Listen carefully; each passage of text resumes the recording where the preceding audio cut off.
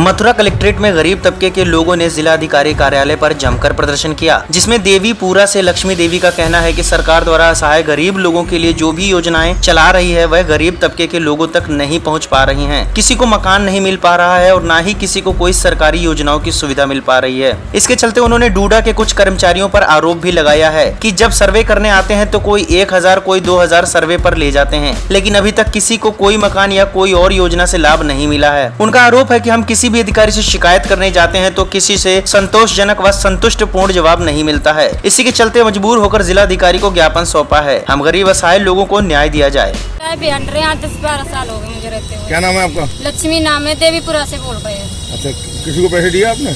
कहाँ पैसे दिए, फार्म भरा, नहीं मिल पाए कुछ भी। कितने रुपए दिए? 1000 रुपए भर के आए हम। भैया गरीब आदमी है, सिलाई करते उल्टी सीधी काम करता, नहीं हो पाता मेरा। कभी कोई फैक्ट्री से निकालता है, कहता पैसे नहीं मिलते, कभी कहीं से निकालता है, कहते धक्के खा के हम बाहर आ जाते हैं। अगर एक इतना ड्यूटी पर नहीं जाएंगे तो खाना नहीं बनेगा, ऐसे ऐसे परिवार है। तो सर मेरी यही रिक्वेस्ट है सबसे, सब अधिकारियों से, सब हमारे योगी जी से, मोदी जी से, सबसे रिक्वेस्ट है कि इस चीज पर, जमीनी स्तर पर सबसे ज्यादा ध्यान दिया जाए और गरीब और मजदूर बहुत बड़े परेशानी में, संकट में। सब्सक्राइब करें अवधनामा न्यूज।